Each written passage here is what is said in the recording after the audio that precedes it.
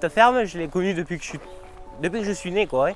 Normalement, les autres familles, eux, ils prennent une personne pour garder leurs enfants. Ben, moi, ma nounou, c'était mon grand-père et ma grand-mère. Et puis, à partir de 3 ou 4 ans, je commençais à monter sur les tracteurs avec mon grand-père. Quand est-ce que la situation elle s'est aggravée? Un jour, mon cousin, il m'avait envoyé un message, il m'avait dit pourquoi l'exploitation de tes grands-parents elle est en vente. Moi, au début, j'y croyais pas, moi je pensais que c'était une arnaque. Du coup, il m'a envoyé l'article du journal et du coup, eh ben, je l'ai lu, je l'ai relu, je l'ai relu, je l'ai relu. Je me suis dit, putain, mais c'est une arnaque, c'est pas vrai.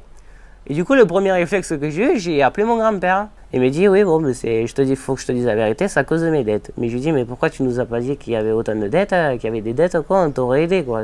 Tu fais partie de la famille. Il a dit, oui, mais bon, pour moi, c'est une honte de demander de l'argent. Et j'ai dit, mais non, mais on est là pour t'aider, quoi. C'est mon avenir qui est en route là.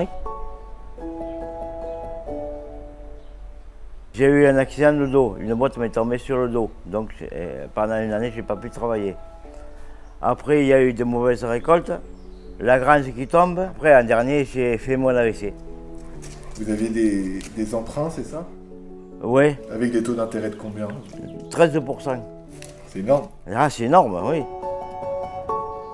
L'exploitation, quoi, a été tout pour moi, quoi, parce que 18 ans que tu vis ici, t'as pas envie de perdre quelque chose. Tout le monde a des problèmes d'argent, à part si t'es riche.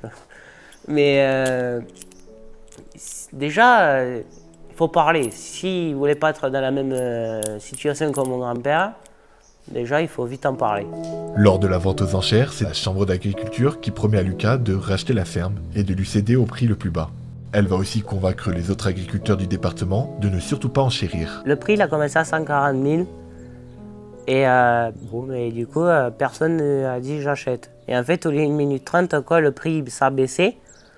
Et on est passé quoi, 20 ou 30 minutes quand même pour atteindre à 10 000 €.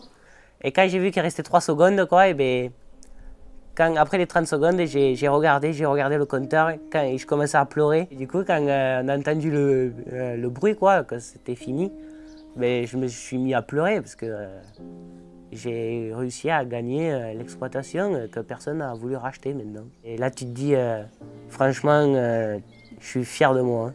Vous êtes fier de votre petit-fils? Ouais, bien sûr.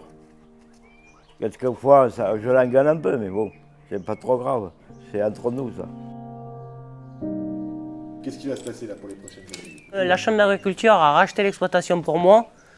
Les dettes sont revenues à zéro, du coup, ben maintenant, j'ai pas de dettes à payer, j'ai rien à payer à part l'exploitation quand j'aurai fini mes études.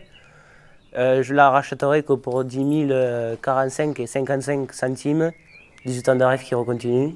Et maintenant, plus qu'à travailler et réaliser son rêve. Ouais, ça c'est la grange.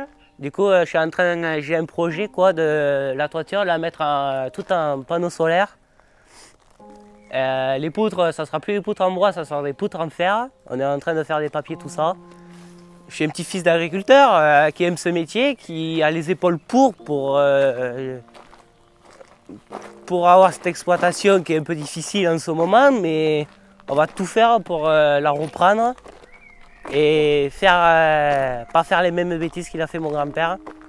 Et puis c'est tout. Tu y crois quoi quand même? Oui, oui, j'y crois, oui, bien sûr. Faut toujours croire dans la vie. Hein. La dépêche.